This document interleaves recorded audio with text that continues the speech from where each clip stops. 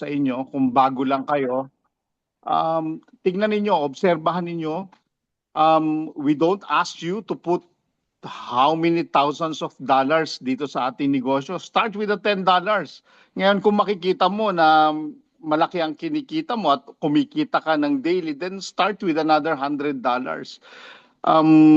Kasi lagi naming sinasabi o sinasabi lagi ni Sir Eddie Onya, no, na to see is to believe. Ako kasi baligtad ako, no. I always believe first before I see, no? Baligtad ako. Kasi bakit? Kasi kung to see is to believe, ang para sa akin, no, para sa akin, so hindi muna ako magsisimula kasi kailangan ko munang makita. Tama po? So ang karamihan kung ganun ang ginagawa, so may patumpik-tumpik pa silang gagawin. Kumbaga, maghihintay pa sila. Baligtad po kasi ako, no? Ako, I believe first, naniniwala muna ako bago ko makita. Bakit? I want to see it first on my own eyes kung talagang nangyayari ito. And for the past how many months that we have in the tag market, 10 months no? na, sir. 10 months na, wala hong magsasabi sa atin na hindi sila nakapag-withdraw. Wala hong magsasabi sa atin na, sir, may problema ako. Siguro may mga minors na problem. That's part of the business, and there's no perfect business pagdating sa any other businesses that we have. Ang kagandahan lang dito sa business natin, what they promise is delivered. Yeah. Hindi ho nagpa-promise ang company natin, oy, Eddie Onya, pwede ka lang mag-withdraw every Monday or every Friday. Our company didn't promise that. Ang promise ng company, if you want to withdraw right now, you can withdraw right now for as little as $10 o minimum of $10, pwede ka na mag-withdraw. There's no gas fee. Narinig ko kanina yung sinabi ni Coach Loreto, walang gas fee.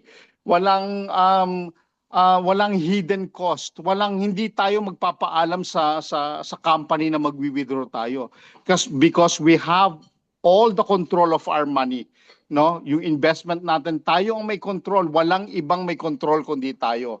All we have to do is trust the company at hayaan natin ang Sonic natin mag-trade para sa atin. 'Di ba? Kaya nga ang kagandahan dito, ang yung mga aging gracefully, yung mga senior citizen, talaga sila ang tumatamasa dito. Bakit? Kasi unang-una, wala na silang gagawin eh. Alam nyo po, ang problema lang nila, a simple problem. Ako lagi kong sinasabi, this is a good problem. Ano yung good problem? Magdi-deposit ka lang at magwi-withdraw ka. Di ba? Napakasarap na problema yon. Paano ka mag-withdraw? Di ba? Hindi yung problema, Sir Eddie, na, nako, bukas makaka-withdraw kaya ako? Nako, bukas, bukas pa ba ang kumpanya? Di ba? Napakahirap nung ganong iniisip, no? Pero with our company, and we've been in Dubai, and we've talked to the CEO and all the leaders in Dubai. Kaya minsan mapapag-isip tayo, no, na ang isang kumpanya na ipinapakita sa atin lahat. Alam niyo po ba, no? Ang pinakagusto ko pang nangyari when I talked to the CEO and Sir Eddie was there when I talked to the CEO. Ano sabi niya sa amin? Withdraw your profit. Withdraw as much as you can, no? Yes. Saan kayo nakakita ng isang kumpanya kasi sa scam company po, no? Hindi kayo sasabihan ng ganyan. Ano sasabihin sa inyo? Magdagdag kayo ng magdagdag. Di ba? May promotion tayo ngayon. Magdadagdag na naman tayo ngayon. Di ba? Pero yung company po natin, it doesn't require us that to do. Hindi na. Ang sabi lang sa atin, okay, Eddie, kung kumita ka halimbawa, kunyari, ang plano mo, sa loob ng 1 linggo, kikita ka ng $100, di withdraw mo yung $100 mo. No question asked. Hindi nila pipigilan. Alam mo kung bakit? Di ba, Sir Eddie, ang sabi nga nila, we have a ceiling of 3 billion, no? Tandaan nyo po, $3 billion ang ceiling natin. Ibig sabihin po, when it comes to ceiling, yung buying and selling of gold, hanggang ang maximum na pwede lang nating ibili at ibenta na ginto ay 3 billion. Bakit 3 billion? Kung tatanungin mo ako, Coach Anton, bakit 3 billion lang? Eh, alangan namang tayo lang po ang tao sa buong mundo o tayo ang tag markets lang ang may karapatang bumili ng ginto sa buong mundo. No, marami rin tayong bumibili ng ginto. So ibig sabihin, kung sa isang pie sa cake example, may portion lang tayong pwedeng mabili dahil kailangan ding makabili nung iba. Tama po, no? So ibig sabihin, kung ang ceiling natin ay 3 billion lang o yung maximum na pwede nating ibili ay 3 billion lang, pag na-reach po natin yon, anong sabi ng company? Hindi na ho kayo makakapag-deposit. Hindi na ho kayo makakapag-reinvest. Ang sabi ng company, pag na-reach natin ang 3 billion, mag-withdraw ho kayo. Eh di Onya, mag-withdraw ka. Kung malaki na yung pera mo dyan, mag-withdraw ka na. Yun po ang sinasabi ng company. Ngayon, sa scam company, hindi ho sinasabi yan. Ang sasabihin ng scam company, ganito, Oy, Eddie Onya, yung 500 mo, dagdagan mo pa ng another 500. Pag naging 1,000 yan, ito yung magiging income mo. Sa atin, hindi ho. Kayo ho ang magdi-decide whether you wanted to reinvest, you wanted to put more money on your investment, ikaw ang magdi-decide o ako ang magdi-decide kung gusto kong gawin yon o hindi. Ngayon ang question ganito, sa loob ng isang buwan, magkano ba yung gusto kong kita? No? Gusto ko bang kita $200 every month? So kung $200 every month, magkano ang kailangan kong ilagay dito sa ating negosyo? Napakasimple, simple mathematics. Ngayon ang question nga, yung patumpik-tumpik, ano ba yung gusto kong mangyari? Minsan po, sa totoo lang, karamihan sa ating mga Pilipino, hindi natin alam ang goal natin. Kasi bakit? We are very resilient. Ano yung pagiging resilient? Yung okay na yan. Kung meron akong kakainin ngayong araw na ito, okay na ako. Pero hindi natin naiisip, ano ba yung bukas ko? Ano ba yung sa susunod na linggo? Ano ba yung sa susunod na buwan? Ano ba yung sa susunod na taon? Dapat ho, we have to set our goal. When we set our goal, ibig sabihin, meron tayong pwedeng puntahan. So pag nakuha natin yung goal na yun, we have to execute those goal. Parang isang architect. Ang isang arkitekto, halimbawa po, merong isang blueprint. Isang engineer, nag-prepare ng isang blueprint. Hindi ho siya tatawaging engineer o architect kapag hindi ho tumayo ang bahay. Tama po? That's only a wish. Bakit? Eh nasa blueprint lang, nasa papel lang siya. Hindi tumayo. Tama po? So kailangan, kapag nag-invest ho kayo dito sa ating negosyo, it needs to have a goal. Pag nagkaroon kayo ng goal, o Coach Anton, gusto ko $200 every month, then what you have to do? Anong gagawin ko? Sa loob na isang linggo, magkano ba yung kailangan kong kitain? Magkano ang kailangan kong investment para ma-reach ko yung $200 every month? So kailangan lagi ho tayong may goal. Ngayon, kung kontento ho kayo, example, kontento na ako, Coach Anton, $10 lang ako every month, edi ikaw yon. Pero ako hindi. I'm sorry to say that, di ba? Lahat ho tayo mukhang pera in a good way. Tandaan nyo po, di ba? Huwag sasabihin sa atin na hindi tayo mukhang pera. Sir Anton, gusto kong makatulong sa kapwa ko. How can you help other people when you yourself hindi mo kayang tulungan? Parang hindi yata makatarungan yon sa eroplano. Makikita nyo naman anong sinasabi sa eroplano, di ba? Pag bumagsak ang oxygen, kunin mo muna yung oxygen, di ba, sa Coach Eddie? Kunin mo muna yung oxygen sa sarili mo bago ka tumulong dun sa katabi mo. Kung kamag-anak mo ba yan, o asawa mo yan, o anak mo yan. Ikaw muna maglagay ng oxygen. How can you help yourself if you yourself cannot help yourself? Tama? Tama, di ba? Ako, alam nyo po, no, nung nandoon kami ni Sir Eddie Onya sa Dubai, sabi ko,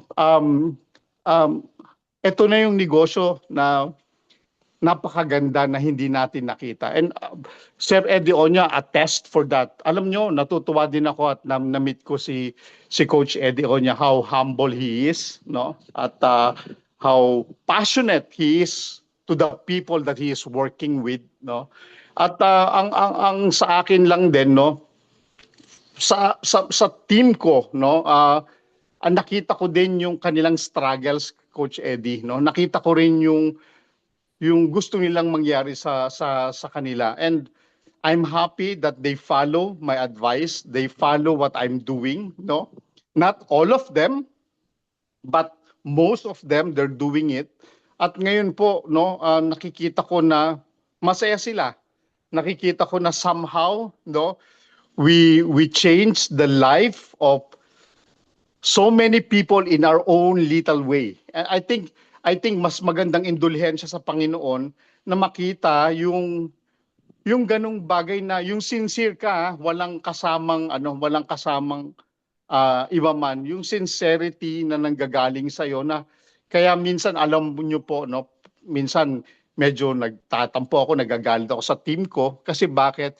Kasi napoprostrate ako ng Coach Eddie.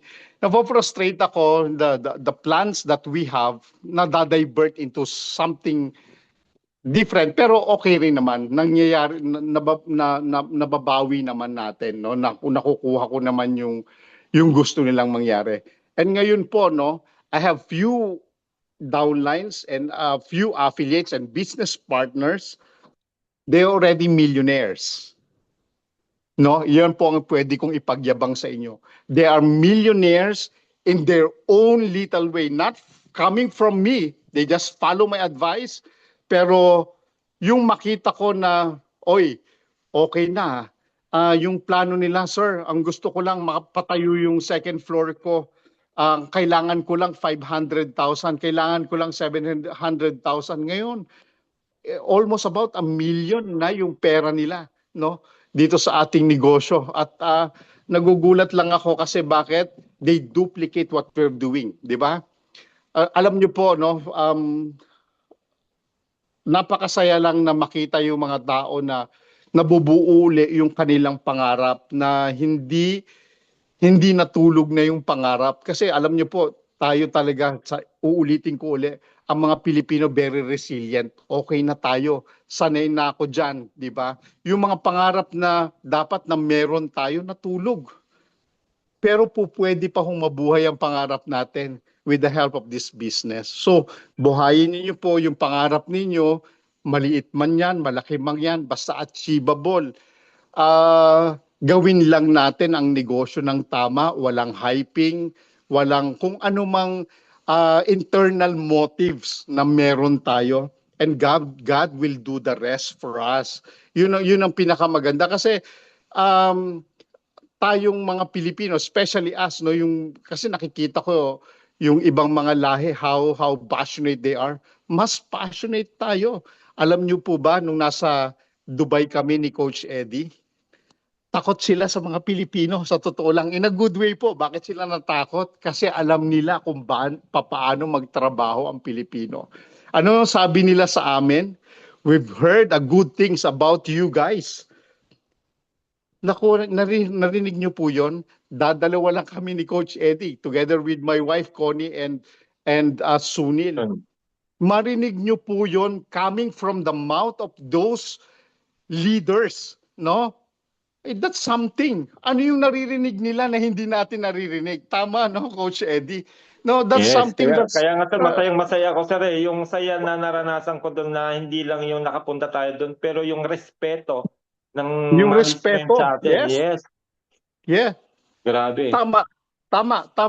Alam nyo kaya, di ba proud tayo as a Filipino? We carry our flag dahil unang-una isipin mo, kung Pilipino, 3 lang kami na nandoon. Kasi si Sunil, hindi naman siya Pilipino, pero almost Pilipino na rin, no? Pero ang delegates nung iba, 17, no? Ang dami nila. Tayo lang po yung kukonte, pero tayo yung pwedeng mamayagpag sa kanila. Kaya nga, alam nyo, gusto kong makita yung mga katulad nila Coach Loreto, nila Captain Sadiq, no? Nila Riza, no? Alam ko in the next year, no, and the years to come, no, makikita ko lahat kayo na mamamayagpag, and I'm happy for that. No, kahit hindi ko man kayo ka-team o magkaka-team man tayo, it doesn't matter. We're just one, and one as unit team, no? Kahit na ano man ang magyari, we carry our own dignity as a Filipino na pupwede pala, no? Pupwede pala na mamayagpag, no, sa buong mundo, at alam ko hindi tayo papayag talaga na matalo Yes. tayo ng iba. No, hindi tayo papayag na matalo Mm. tayo iba. Kaya nga po ngayon, ang gagawin natin, kayo mismo ang mag-isip. At ito lang, ang questionin nyo lang lagi sa sarili nyo ganito. No, kunyari, ang gusto nyong kitain halimbawa, kayo mag-question, mamaya ho pag natapos itong Zoom meeting natin, no, tanungin nyo yung sarili nyo, magkano ang kailangan ko buwan-buwan? Kunyari ho, kunyari ho, gusto nyong kitain 12,000 a month, no? 12,000, that's $200 a month. So magkano ba yung kailangan kong investment dito? So ang investment, probably ang kailangan nyo ay $1,000 para pwede nyo kitain yung $200 a month, no? Ngayon, from there, nasubukan nyo na, kasya na ba ito? Dapat tatanungin nyo rin yung sarili ninyo. Hindi yung nasa hangin lang lagi. Ay, okay na yan. Kasi mahirap po yung okay na yan. Bakit? Kasi walang goal. Lagi nyo isa-set yung goal na yan na, okay, kung may $200 ako every month, kasya na kaya ito? Ay, kulang pa. Paano ang gagawin ko? You have to question yourself, paano lagi ang gagawin? Alam nyo po, ito mo, ang mga, hindi naman po sa Coach Eddie napatagal ako. Alam niyo po, kapag may namamatay na tao o nagkakasakit na tao, I'm sorry to say that, nakakapag-produce kayo ng pera, tama? Coach Eddie, di ba? Tama. Kadalasan naririnig natin, nakakapag-produce yan ng pera. Tama? Because it's a matter of life and death. Tama? Matter of life and death. Nakakapag-produce ng pera. Ngayon, gawin niyo yan sa negosyo natin. It's a matter of life and death. Makakapag-produce kayo ng pera o hindi? Yan ang question ko. I think that's all for now. I leave that question to you and to you alone. No, sa kung lahat na nakikinig sa akin ngayon, I just want to congratulate you all for doing this business right and do this business right. Please, no? Yun lang at maraming salamat po and may God bless us all. Thank you and yeah. Thank you, Sir Anton. Yan, grabe. Alam nyo, sa totoo lang ay kung baga sa nakainom, may hangover pa po kami na galing sa Dubai. Nakikita ko si Ma'am Connie, ano pa post pa rin siya ng post ng mga happenings na nangyari sa amin sa Dubai, sa totoo lang. Iba talaga ho, iba yung feeling ho talaga na makarating kayo doon na tapos mamimit nyo po yung founder, ano yung CEO, yung mga top leaders sa ibang bansa. Grabe po yung respeto na binigay nila sa atin. Kaya nga yun po yung inaantay namin ni Coach Anton na sana maraming mag-duplicate ng ginawa namin para sa susunod na may mga incentive po na ganyan, kagaya nito, dalawa po yung event na magkasunod. Meron po tayong event sa Poland, September 19-20 at doon naman 18-19 at sa Bangkok, Thailand naman sa November 19-20. Hope marami tayong makapunta para mas masaya. Oo, iba pag mas marami tayo, mas malaki yung pwersa natin, mas malaki yung sigaw natin, yung hiyaw natin, ano? Kaya yun po yung inaantay namin na mangyari po sa ating mga Pilipino. Yun lang, Ma'am Risa, Ma'am Bulo, at yan, sa ating lahat na nandito. Ang dami pa natin, no?